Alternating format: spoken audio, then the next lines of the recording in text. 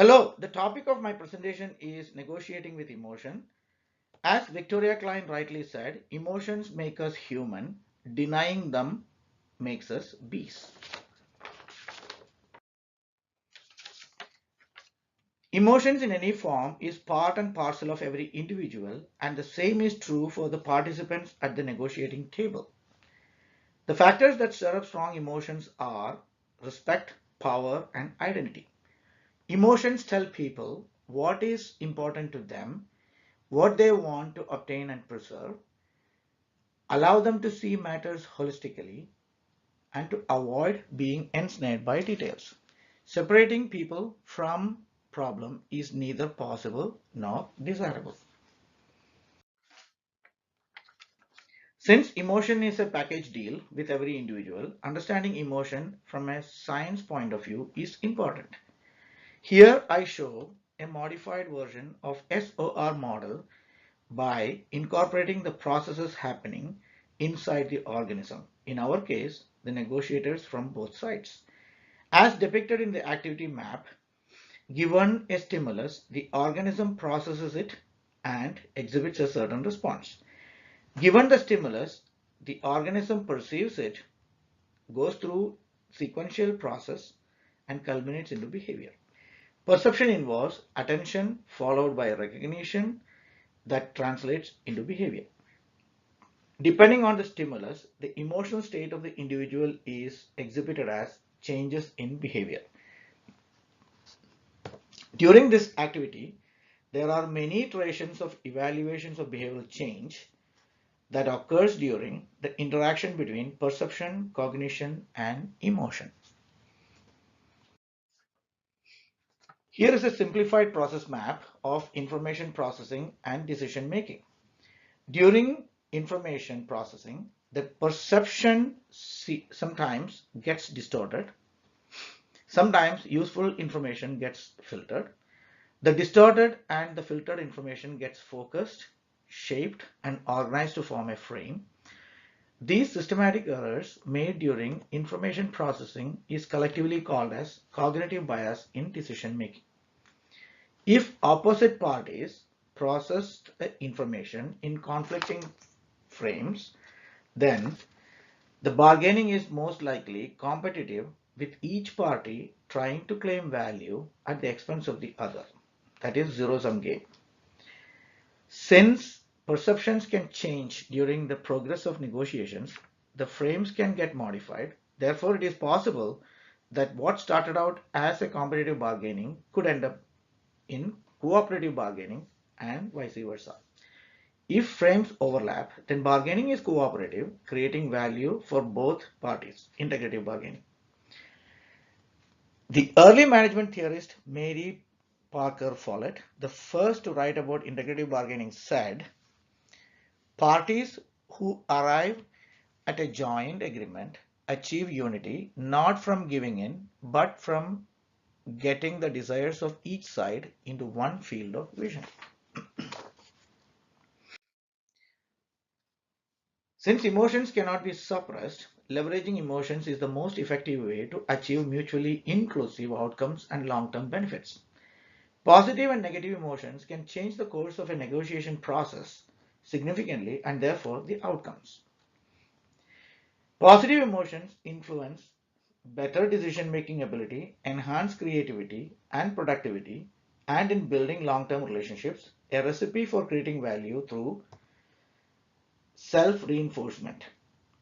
The positive role of emotion affords creative solutions in impasse situations, benefiting both parties with a win-win outcome and building long-term relationships. The challenge here is learning to stimulate beneficial emotions. Proper channeling of strong emotions is a sign of passion for your cause, and flagging overlooked core concerns is a sign of skilled and a powerful negotiator. Through a framework, it is possible to leverage emotions in negotiations. These are expressing appreciation, that is to understand others' perspective, finding merit in it, and communicate through words and action. The second is building an affiliation, which strengthens trust and decreases tension. but always guard against exploitation. Respecting autonomy avoids emotional pitfalls. It is very critical when different corporate cultures interact. Recognize autonomy issue and discuss it. Acknowledge the status of the opposite negotiator. Respect his area of status. This improves rapport and mutual cooperation. Choosing a fulfilling role is an important part of negotiation process. That is, role suitability and creative role playing are very fulfilling experience in a negotiating process. Requirements of a skilled negotiator are attuned to one's own emotions and ability to relate affirmatively to the emotions of others. The second one is emotional intelligence, which is an extended form of the first requirement, that is ability to monitor one's own and others' feelings and emotions, to discriminate among them, and to use this information to guide one's thinking and actions. The third point is exercise the right balance of calm and alert, proactive and patient, fully grounded yet creative. An in-depth analysis, lessons learned from past experiences, and paying attention to critical feedback from teammates are some of the effective ways to control oneself from going off balance during negotiations. Now, some of the critical concerns, even for a skilled negotiator, are skilled negotiators admitted feeling various degrees of anxiety about negotiation. For many, that anxiety is compounded by having to handle uncertainty and reconcile mixed emotions.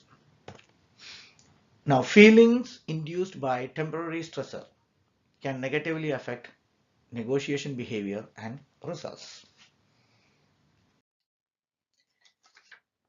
The emotions that need to be controlled are anxiety, anger, disappointment and regret, happiness and excitement. Anxiety is a distress response after a threat stimulus. Between anxiety and excitement, one dominates over the other depending on situation. Anxiety is a dominant emotion when the negotiation is about salary rise, etc. Excitement is a dominant emotion when the negotiation is about car dealership. Now, persistence and patience are most important in avoiding anxiety. The best way is to train, rehearse, and practice. In case of lack of expertise, bring in an outside expert is a great idea. Anger is a very strong negative emotion. Managing it is very important for the success of the negotiation. In many cases, anger promotes fixed bias, that is self-interest with no commitment or no value for the opposite party's intentions, their merits, their informations, everything.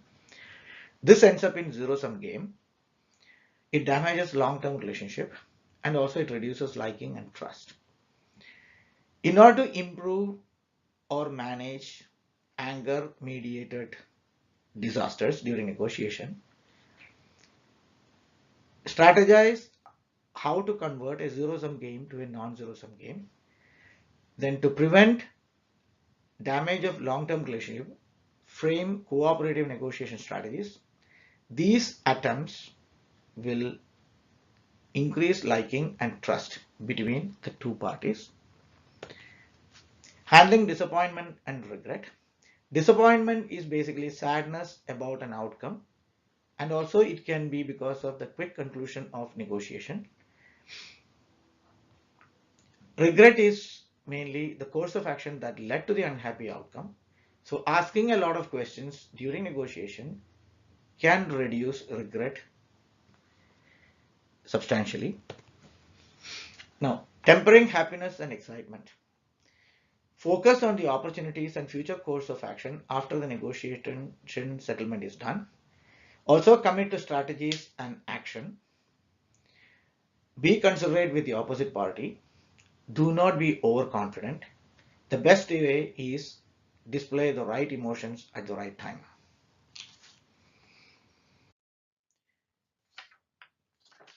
Emotions can induce stress during negotiation. The three main factors are lack of control, that is, accomplish something that cannot be achieved unilaterally; unpredictability, that is, significant stress inducing unknowns, that is, for some it is exhilarating, for some it is anxiety producing; absence of feedback, that is, worries about competence and vulnerability. Therefore, in conclusion, we all have emotions doesn't mean emotions must have us. That is the strategy of a skilled negotiator.